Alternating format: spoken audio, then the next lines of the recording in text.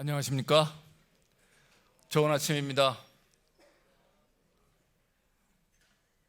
우리 인사 한번 주고받아 볼까요? 안녕하십니까? 네, 좋은 아침입니다. 네. 오늘 이렇게 신대원 채플에 오신 여러분들을 주님의 이름으로 환영합니다. 다 일어나셔서 27장 찬송 함께 부르겠습니다.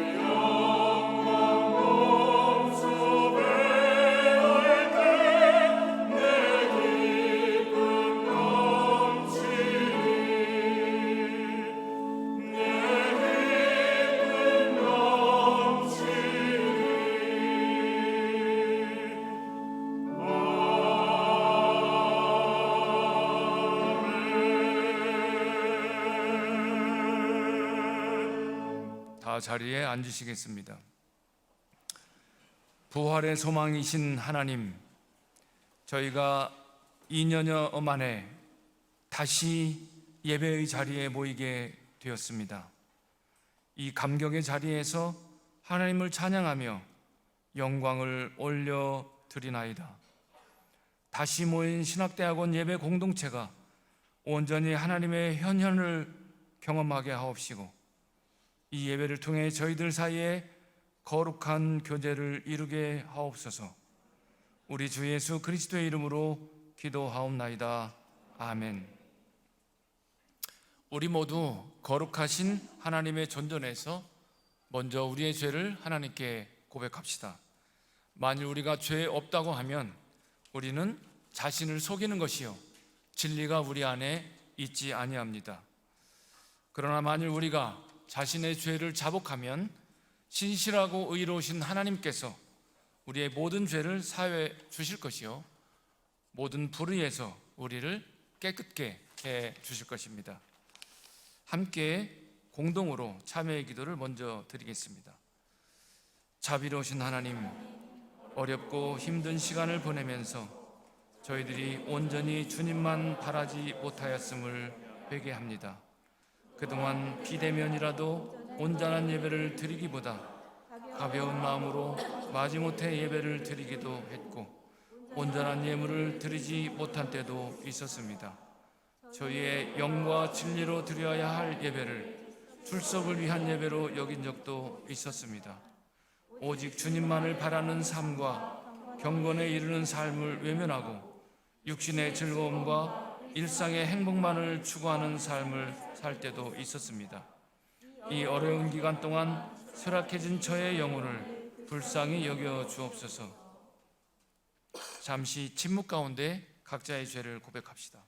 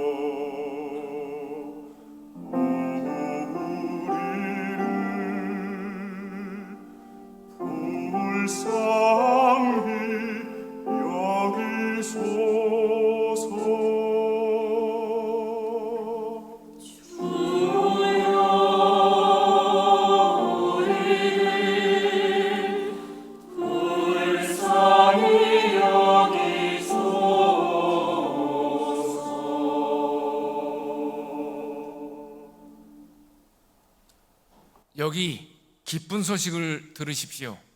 누가 우리를 정죄하겠습니까? 우리가 아직 죄인 되었을 때에 그리스도께서 우리를 위해 죽으심으로 우리를 향한 하나님의 사랑을 확증하셨습니다. 누구든지 그리스도 안에 있으면 새로운 피조물입니다. 죄악된 옛 삶은 지나가고 새 삶이 시작되었습니다. 예수 그리스도의 이름으로 우리는 용서함을 받았습니다. 아멘.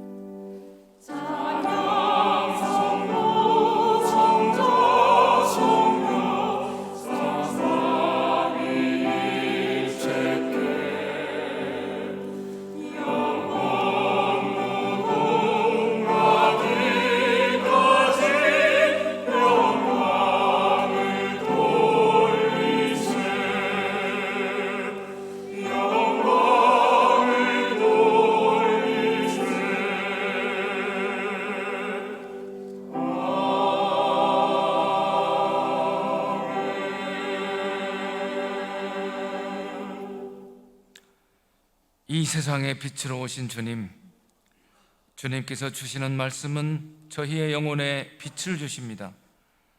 지금 주시는 말씀을 들을 때 저희의 마음과 생각이 거룩해지고 저희의 삶이 주님께 더 나아가도록 성령께서 지혜의 영을 부어 주시옵소서. 예수 그리스도의 이름으로 기도하옵나이다. 아멘.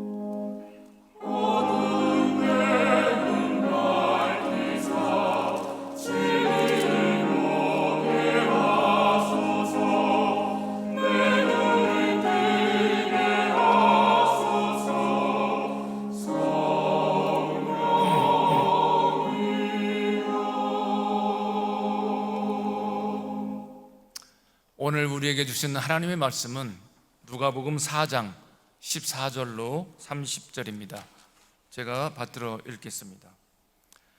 예수께서 성령의 능력으로 갈릴리에 돌아가시니 그 소문이 사방에 퍼졌고 친히 그 여러 회당에서 가르치심에 뭇사람에게 칭송을 받으시더라. 예수께서 그 자라나신 곳 나사렛에 이르사 안식일에 늘 하시던 대로 회당에 들어가사 성경을 읽으려고 서심해 선지자 이사야의 글을 들이거늘 책을 펴서 이렇게 기록된 데를 찾으시니 곧 주의 성령이 내게 임하셨으니 이는 가난한 자에게 복음을 전하게 하시려고 내게 기름을 부으시고 나를 보내사 포로된 자에게 자유를, 눈먼 자에게 다시 보게 함을 전파하며 눌린 자를 자유롭게 하고 주의 은혜의 해를 전파하게 하려 하심이라 하였더라. 책을 덮어 그 맡은 자에게 주시고 앉으시니 회당에 있는 자들이 다 주목하여 보더라. 이에 예수께서 그들에게 말씀하시되 이 글이 오늘 너희 귀에 응하였느니라 하시니 그들이 다 그를 증언하고 그 입으로 나오는 바 은혜로운 말을 놀랍게 여겨 이르되 이 사람이 요셉의 아들이 아니냐. 예수께서 그들에게 이르시되 너희가 반드시 의사야 너 자신을 고치라 하는 속담을 인용하여 내게 말하기를 우리가 들은 바 가버나움에서 행한 일을 내 고향 여기서도 행하라 하리라. 또 이르시되 내가 진실로 너희에게 이르노니 선지자가 고향에서는 환영을 받는 자가 없느니라. 내가 참으로 너희에게 이르노니 엘리야 시대에 하늘이 3년 6개월 동안 닫히어 온 땅에 큰 흉년이 들었을 때에 이스라엘에 많은 과부가 있었으며 엘리야가 그중 한 사람에게도 보내심을 받지 않고 오직 시돈 땅에 있는 사렙다의 한 과부에게 뿐이었으며 또 선지자 엘리야 때에 엘리사 때에 이스라엘에 많은 나병 환자가 있었으되 그 중에 한 사람도 깨끗함을 얻지 못하고 오직 수리아 사람 나아만 뿐이었느니라. 회당에 있는 자들이 이것을 듣고 다 크게 화가 나서 일어나 동네 밖으로 쫓아내어 그 동네가 건설된 산 낭떠러지까지 끌고 가서 밀쳐 떨어뜨리고자 하되 예수께서 그들 가운데로 지나서 가시니라. 주님의 말씀입니다. 주님 감사합니다.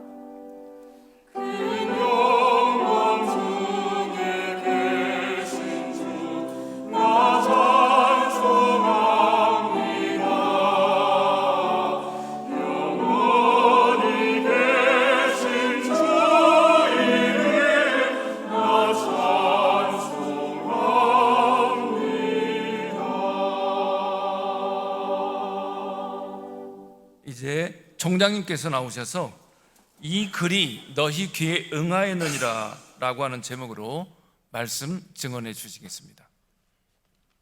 할렐루야. 오늘 또 여러분들과 같이 이렇게 예배를 드리게 되니 하나님 앞에 감사를 드립니다. 우리 서울신학대학교의 정말 핵심이죠. 우리 신학대학원 여러분들은 우리 학교가 존재하는 목적입니다. 우리 학교는 복음을 전도하기 위해서 111년 전에 우리 선배들이 국가가 어려울 때 나라를 빼앗기고 정말 어려운 가운데에도 성결의 복음을 통해서 이 나라를 해방시키고 또 이 민족을 올바른 길로 인도하겠다는 그런 일념으로 이 학교를 세웠습니다. 그리고 이제 111년이 됐는데 그동안 많은 위기와 어려움이 있었지만 하나님께서 지켜주셔서 오늘에 이르고 있습니다. 여러분들은 그렇기 때문에 자부심을 가져야 됩니다. 여러분들이 그냥 있는 것이 아니라 과거 111년 동안의 그 긴 어떤 선배들의 눈물과 피와 땀과 노력이 지금 오늘날 우리에게 주어진 것입니다. 그들은 전부 예수 그리스도의 복음을 증거하고 또 그리스도를 높이기 위해서 목숨을 바쳤습니다. 여러분들도 그렇게 해야 됩니다. 여러분들도 이 어려운 시대이지만 코로나 그리고 이번에 주변을 보세요.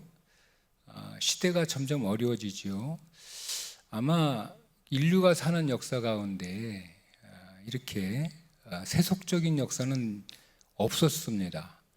그 이전에 물론 이렇게 종교사를 공부하고 철학사를 공부하고 여러분들 연구해 보면 아시겠지만 무신론적인 그런 어떤 전제들, 하나님을 가볍게 생각하는 마음들, 이런 것들이 없었을 리가 없죠. 항상 있었지만 그러나 그 사회와 그 전체를 이끌어가는 어떤 주된 이념은 항상 하나님이 계시다는 것, 그리고 전능하신 하나님, 그 누군지 모르지만 그 전능하신 하나님이 이 세계를 지배하고 다스리고 그리고 그걸 통해서 이 세계는 운영되고 있다는 어떤 막연한 그런 어떤 소위 말해서 유신론적 전제를 가지고 생활해 왔다가 여러분 잘 아시는 것처럼 계몽주의 시대 이후로 지금 역사 속에서 이렇게 무신론이 상식이 되고 유신론이 소수가 되는 그런 역사는 없었습니다.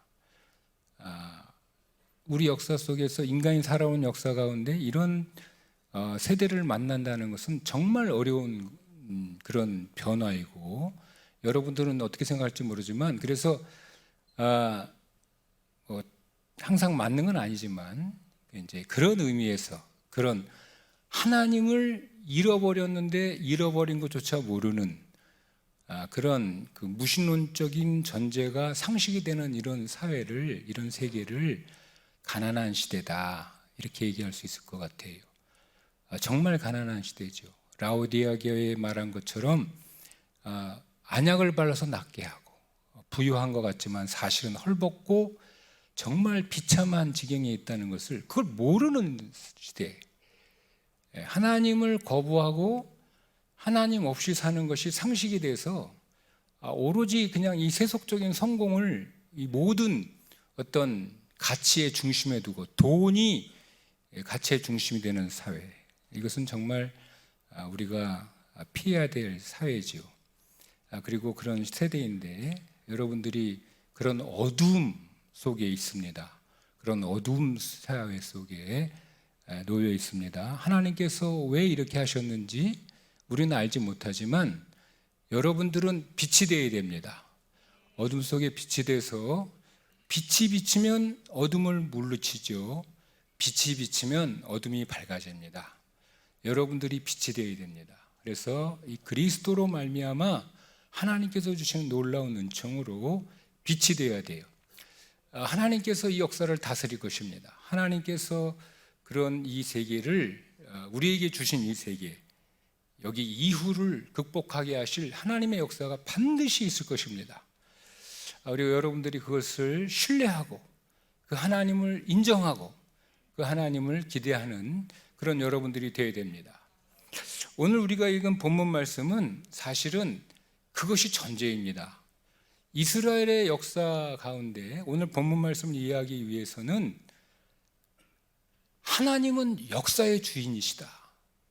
이게 이스라엘 사람들이 갖고 있던 독특한 신앙의 어떤 유산인데, 그들이 갖고 있던 율법주의, 그들이 갖고 있던 성전에 대한 열심, 그들이 갖고 있던 어떤 열정적인 그런 모습들 다 좋은데, 그것들 가운데 정말 우리가 배워야 되고 우리에게 도움이 되고 오늘 본문 말씀을 이해할 때 전제로 해야 되는 건 뭐냐면, 그들이 하나님을 저기 저 하늘에 앉아 계셔서 지고무성, 우리 인간의 역사와는 상관없이 저 위에 그냥 앉아 계신 그런 하나님이나, 혹은 철학자들이 생각하는 것처럼 모든 것의 기원, 모든 것의 근거, 모든 것의 원천, 어떤 모든 것의 원리, 그래서 어떤 뭔지 모르지만 이 세계의 모든 것을 다 깊게 묵상하고 생각하면 결국 도달하게 되는 하나의 절대 무의의 단 하나의 근본적인 원리, 이 세계의 근원, 아르케, 이런 것이 하나님이다 이렇게 생각하고 있는데 그런 것이 아니라는 거예요.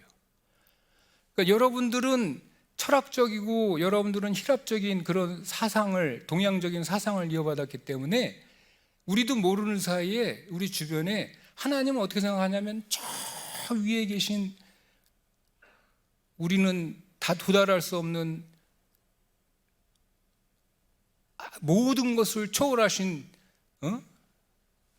정말 절대적 초월자, 모든 것을 초월한 절대적 초월자, 일자, 모든 것을 초월한 일자라고 생각하든가, 아니면 모든 것의 원천인 원인, 이렇게 생각하기 쉽습니다. 그리고 그것을 증명하려고 노력하고 그것이 없으면 안 되는 것처럼 부딪히고 그러기 쉬운데, 그런데 성경이, 이스라엘 사람들이 우리에게 성경을 통해서, 이 성서를 통해서 우리에게 제시해 준 가장 근본적인 사상, 가장 근본적인, 그리고 우리가 배워야 될 진짜 얘기는 뭐냐? 하나님은 인간과 더불어 역사를 만들어 가신 분이라는 거예요. 역사의 주인이라는 거예요. 역사의 주인. 하나님은 저 위에도 밑에도 계신 분이 아니라 우리와 만나서 역사를 만들어 가신 분이라는 거예요. 그래서 지금 이 시대가, 이 가난한 시대, 이 어둠으로 묻힌 시대, 이 여군이 뭔진 모르지만 하나님께서 다시 이 세계를 극복하고 이 세계를 비추고 이 세계를 변화시킬 놀라운 하나님의 성령의 역사를 우리 가운데 일으켜 주실 것이다. 그것을 여러분들이 확신하고 살아야 됩니다. 여러분들이 그것을 정말 자랑스럽게 갖고 그것이 진리로 알고 그것을 증거해야 돼요. 이 세상에 지면 안 됩니다. 그래서 바울 사도가 말한 것처럼 우리가 하는 일은 뭐냐? 이 세계의 모든 논리와 이 세계의 모든 생각들을 쳐서 무너뜨려 가지고 그것들을 예수의 발 앞에 무릎을 꿇게 하는 거예요.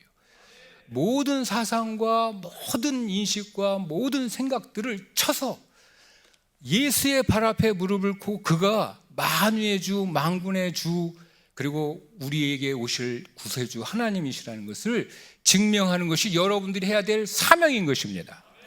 생명이에요, 생명. 역사의 길을 밝히는 것이고 인간의 생명을 밝히는 것이, 그것이 기독교의 진리인 거예요. 오늘 우리가 본문 말씀에 보면 예수님이 성령으로 충만해져서 갈릴리로 오셨다고 그렇게 되어 있습니다. 그리고 갈릴리 이 나사렛에 오셔서, 여러분 너무너무 잘 아는 내용이죠.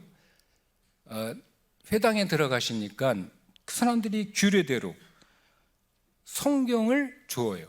그러면 이 사람들은 여러분 아시는 것처럼 이스라엘이 망하고 돌아온 다음에 회당 문화가 발전해 있습니다. 성전이 자꾸 무너지고 회파되고 그렇게 되다 보니까 그 에스라가 율법을 공부해가지고 돌아와가지고 율법 학자 에스라가 대부흥을 일으키잖아요.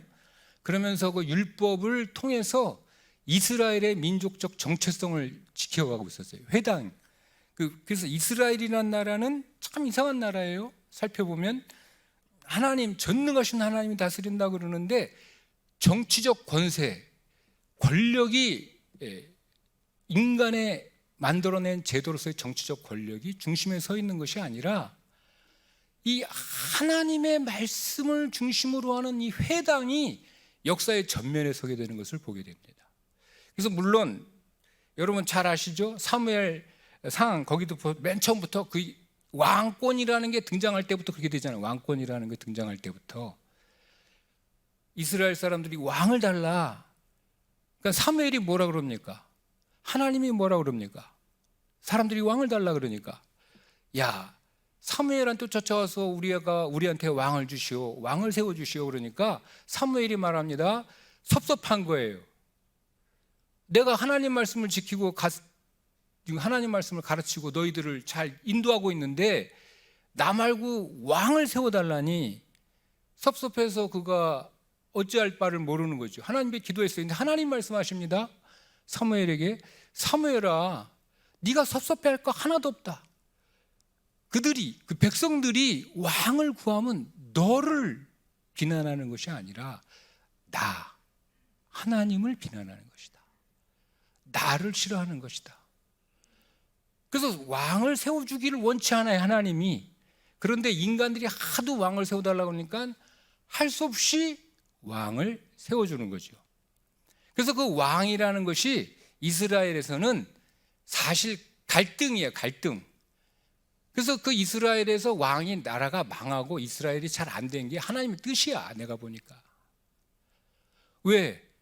왕이 제대로 된 정말 솔로몬 같은 그런 왕이, 다윗 같은 군왕이 계속 나와서 통치하면서 자자손손 나라를 지키고 세계 최고 인류 국가가 돼보세요. 그럼 거기서 메시아를 기다리겠습니까? 왕을 기대하겠습니까? 당연히 왕을 기대하겠지. 메시아라는 생각을 품지 않겠죠. 그런데 정말 놀랍게도 이스라엘 역사를 살펴보면 그 하나님이 선택했다는 그 민족, 정말 제일 세계에서 잘 돼야 되고 선진 문물이어야 되고 세계에서 제일 최고의 국가가 돼야 되는 그 이스라엘이 가장 형편없는 모습으로 심판을 받고 타락해서 없어져 버려요.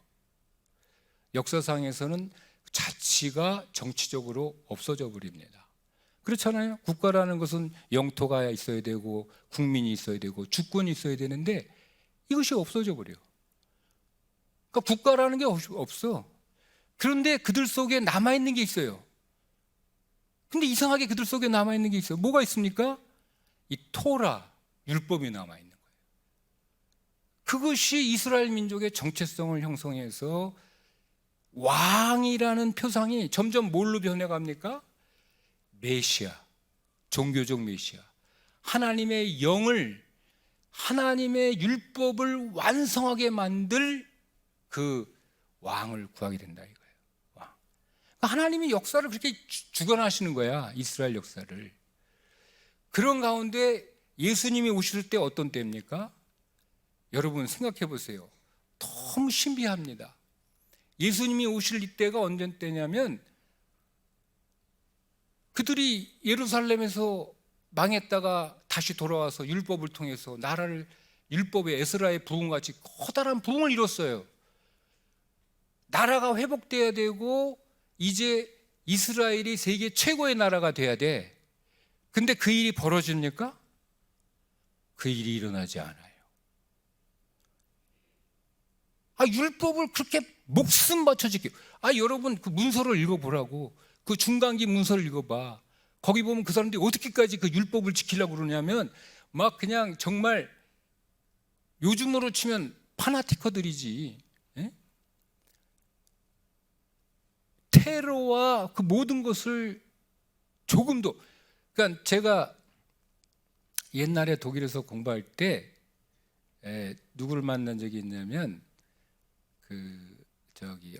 모로코에서 온 한 17살쯤 된 어린 소녀를 만난 적이 있어요. 제가 독일에서 공부할 때가 1980년대니까 이제 꽤 옛날 얘기죠.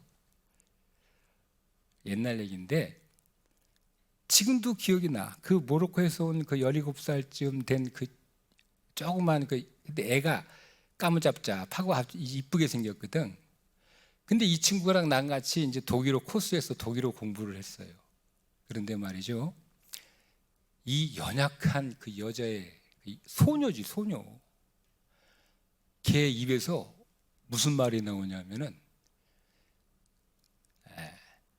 미국을 물리칠 수 있다면 내가 자살, 폭탄 테러를 하겠다는 거야. 그 미국이 이 아랍의 우리 이슬람 형제들에게 가하는 그 모든 테러를 자기는 못 참겠다는 거야. 내 목숨을 바쳐서 내가 죽고 미국인 10명을 죽일 수 있다면 난 죽겠다는 거야. 자기가 폭탄 테러 하겠다고. 그 어린 그 어린 소녀. 근데 그런 어떤, 제가 볼 땐 정상적인 아닌 파나티커였거든요. 근데 이스라엘 사람들이 그랬어. 옛날에 하나님을 열렬히 믿었거든. 열광적으로 믿었거든. 율법을 지키려고 노력을 했어요. 근데 하나님 나라가 안 와. 그럼 그들이 어떻게 합니까? 그 로마에 대항할 때, 그리스 민족이 그리스 나라에 대항하고 로마에 그 여러분들 읽어보세요. 어떻게 하나? 완전히 뭐 창자를 찢어내고 창자를 찢어가지고 자기 손으로 막 병사들한테 던지면서 하나님을 찬양한다 그러면서 죽잖아. 우리가 보기엔 완전히 이건 이 파나티커들이야. 근데 그렇게 그들이 막 여호와에 대한 열정을 가지고 뭘 기다립니까? 메시아를 기다리는 거예요. 메시아를 기다려요. 메시아.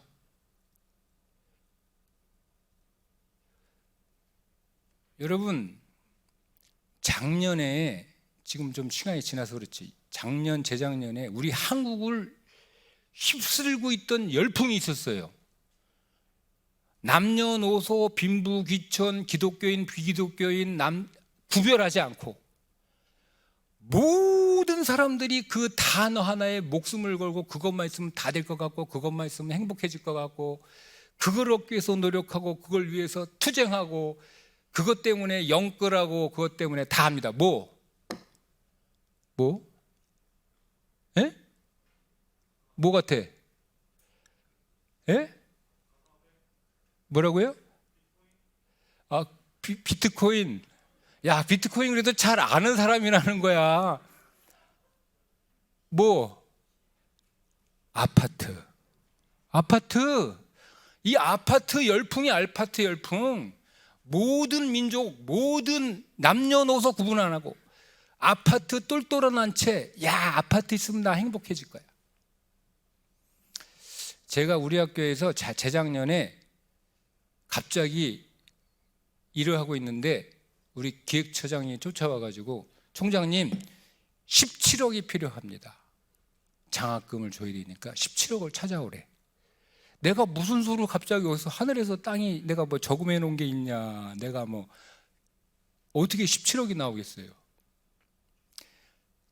답답한 마음으로 텔레비를 보고 있는데 TV에서 어떤 그 중개사, 부동산 중개사가 딱 나와서 하는 말이, 아이, 요즘 20억이 돈입니까? 그게 지금도요 나한테요 현금으로 20억 주고 갖다 주면서 아파트 하나 비면 즉시 현금 주고 살 테니 빨리 전화 달라는 사람이 40명이에요.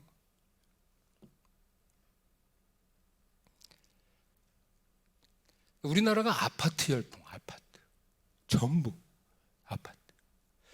이 온 민족이 그냥 아파트에 미쳐 돌아가는 것처럼 아파트. 우리나라 민족이 이게 문제가 있는 거지.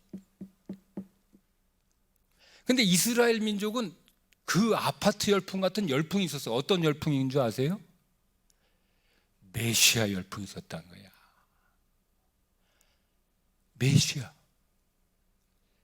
메시아가 오시면 된다. 이스라엘에 메시아 열풍이 분 거야. 그것도 잠깐 1, 2년 분 게 아니라 수십 년을 두고 메시아 열풍이 불어요. 메시아 열풍. 메시아를 기다리는 거예요. 메시아. 그 메시아의 가장 큰 특징이 뭘까요? 그 메시아의 가장 큰 특징이 뭐야? 이스라엘 회복하는 자. 그래, 이스라엘을 회복하는 자의 가장 큰 특징이 뭐야? 예? 오늘 성경에 있잖아. 성령 받은 사람이에요. 성령 받은 자. 하나님으로부터 성령 받은 자. 성령을 받아서 성령을 우리에게 주실 자. 이게 메시아. 그를 기다리는 거예요. 그래가지고 봐, 여기 주의 성령이 내게 임하셨으니 이는 가난한 자에게 복음을 전하게 하시려고 내게 기름을 부으시고 나를 보내사 포로된 자에게 자유를, 눈먼 자에게 다시 보게 함을 전파하고 눌린 자를 자유롭게 하고 주의 은혜를 전파하게 하려 하심이라. 이게 어디 말씀입니까? 이사야서 61장에 있는 말씀이죠. 여러분, 이사야서 61장에 있는 말씀이 또 있어요. 비슷한 말씀이. 45장 여러분 한번 다 찾아봐봐요. 이사야서 42장 1절 내가 붙드는 나의 종 내 마음에 기뻐하는 자 곧 내가 택한 사람을 보라. 내가 나의 영을 그에게 주었은즉 그가 이방에 정의를 베풀리라. 여러분 이사야서 11장 보세요. 11장 다 엄청납니다. 이사야서 11장 11장 이새의 줄기에서 한 싹이 나며 그 뿌리에서 한 가지가 나서 결실할 것이요 그의 위에 여호와의 영 곧 지혜와 총명의 영이요 모략과 재능의 영이요 지식과 여호와를 경외하는 영이 강림하시리니 그가 여호와를 경외함으로 즐거움을 삼을 것이요 그의 눈에 보이는 대로 심판하지 아니하며 그의 귀에 들리는 대로 판단하지 아니하고 공의로 가난한 자를 심판하며 정직으로 세상의 겸손한 자를 판단할 것이며 그의 입에 막대기로 세상을 치며 그의 입으로 기운으로 악인을 죽일 것이며 공의로 그의 허리띠를 삼고 성실로 그의 몸에 띠를 삼으리라. 할렐루야. 이사야서 11장. 이 성령에 대한 간절한 간구가 어디 나와 있습니까? 요엘서 2장 28절. 마지막 날에 내가 내 영을 모든 백성에게 부어주겠다. 이게 다 이 성령의 부으심, 성령을 받은 자, 그가 어떤 자냐? 메시아의 특징이야. 메시아의 특징. 그래서 여러분 잘 아는 것처럼 세례 요한이 뭐라 그럽니까? 예수님의 행적을 딱 둘로 정했어. 딱 둘. 뭐 나는 물로 세례를 주거냐, 내 뒤에 오시는 애는 뭐를 해? 불과 성령으로 세례를 주실 것이다. 메시아가 어떤 분이냐? 불과 성령으로 세례 주시는 분이야. 왜? 성령의 능력으로 사람의 마음을 온전하게 새롭게 해서 그들의 마음속에서 여호와를 경외하는 마음을 갖게 하고 그들이 겸손해져서 하나님을 사랑하게 하고 이웃을 사랑하게 하는 거예요. 할렐루야. 그거를 갖고 오는 게 메시아.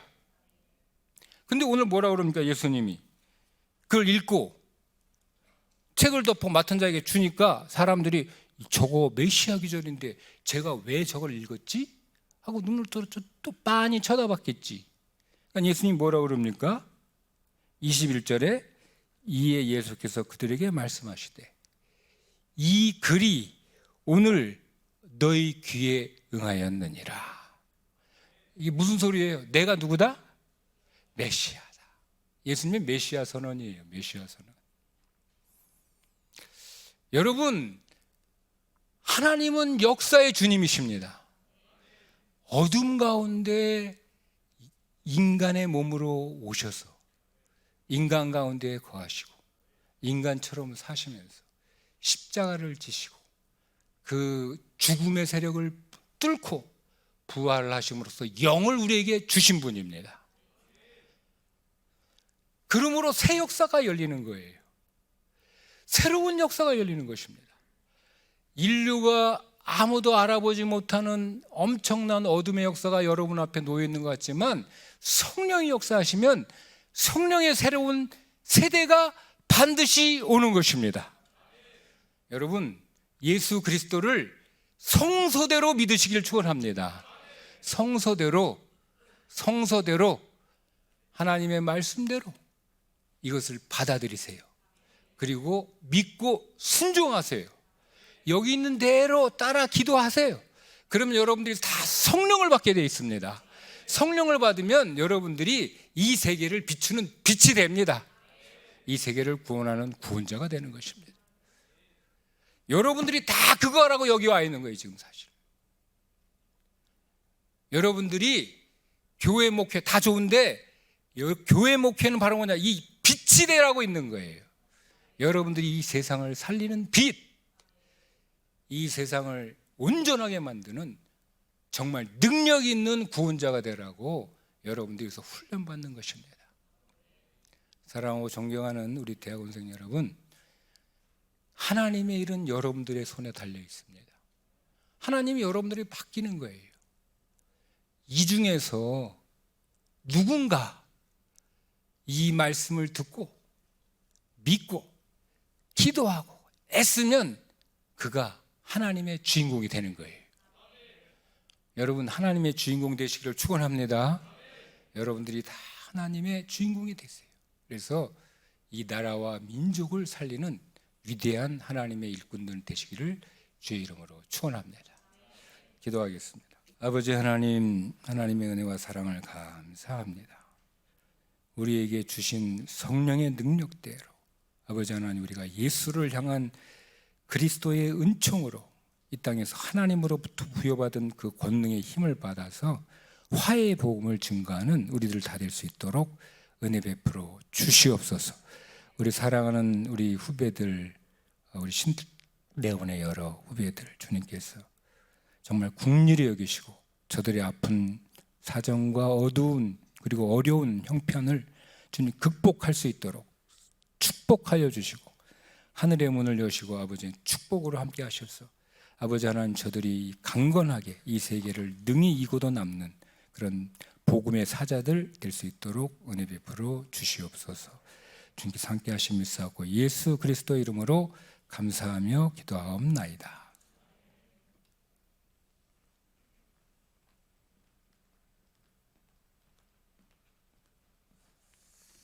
아멘.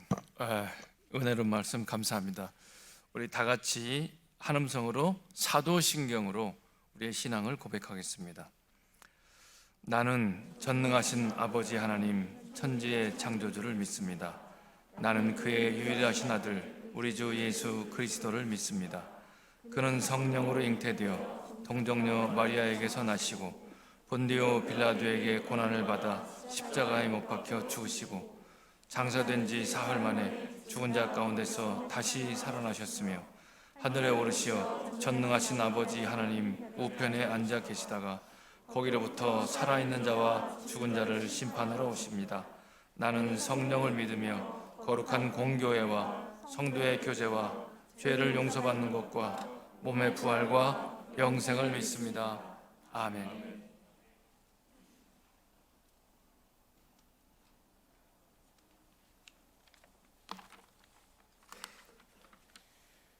주님, 저희들이 주님 앞에 나와 간절히 기도합니다. 저희의 기도를 들어주소서.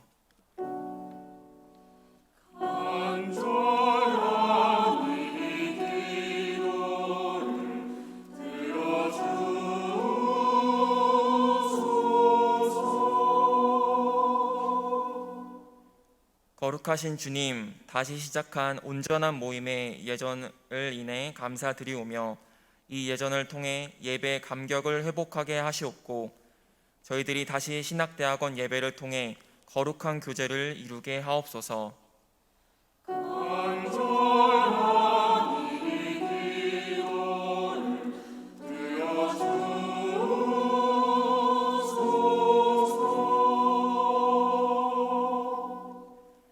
사랑의 주님, 그동안 무너졌던 교회들을 굽어 살펴주시어 교회로 인해 많은 이들이 그리스도께로 돌아오게 하시옵고 교회를 통해 그리스도를 알게 하옵소서.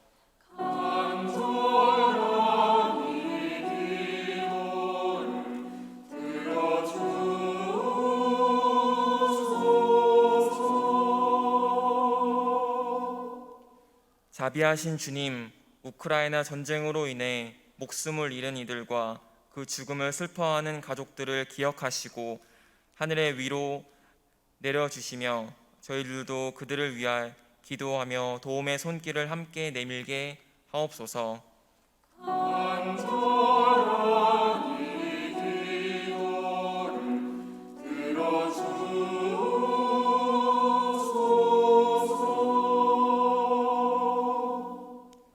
저희들의 세밀한 목소리까지 들으시는 주님, 저희들이 주님께 간절한 마음으로 아뢰옵나이다. 이 기도들을 들어주시옵소서. 예수 그리스도의 이름으로 기도드립니다.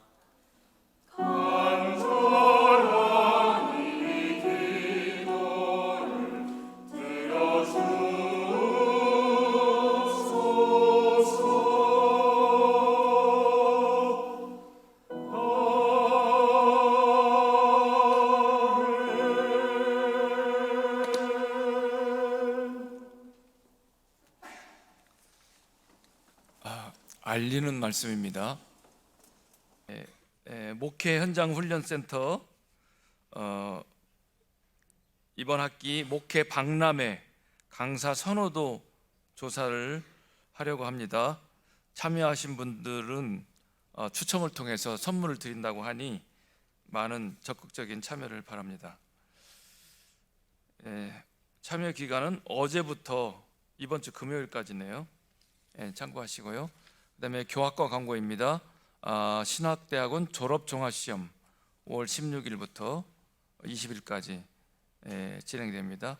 야간은 5월 14일, 21일 진행됩니다. 원우회 2022년도 신학대학원 48대 원우회 선거 공고입니다. 원우회 우리 여러분의 동료들을 위해서 봉사하실 일꾼들을 뽑는 일입니다.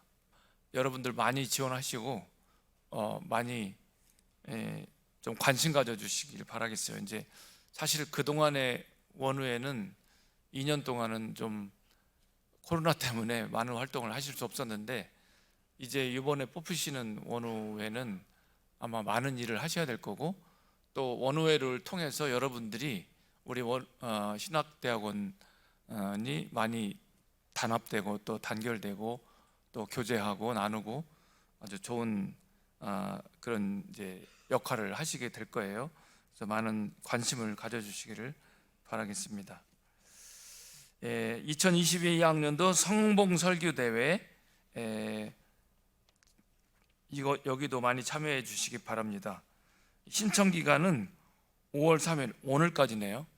그래서 지금 이 시간 여러분에게 영이 딱 임하면 여러분이 다 일제히 홈피에 들어가서 신청하시기 바랍니다. 1등 상금이 50만 원이에요. 중요한 거는 저기 이제 목사고시 설교 면제 있잖아요. 많이 참여하시기 바라고 컴퓨터실 개방 안내 성봉 5층에 컴퓨터실 개방하니 많이 이용하시기 바랍니다. 감사합니다. 이제 다 일어나십시오.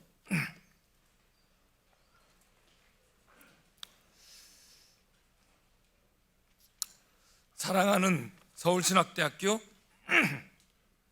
공동체 여러분, 드디어 세상의 병마를 이기고 우리가 다시 예배 공동체를 이루게 되었습니다. 주님께서 우리와 함께 하시니 이제 학업에 전념하고 맡겨진 사명에 충성하면서 주님께 가까이 한 걸음 한 걸음 걸어가는 신학대학원 공동체가 되십시오. 아멘. 찬송가 288장 함께 부르신 후에 총장님 축도해 주심으로 예배 마치겠습니다.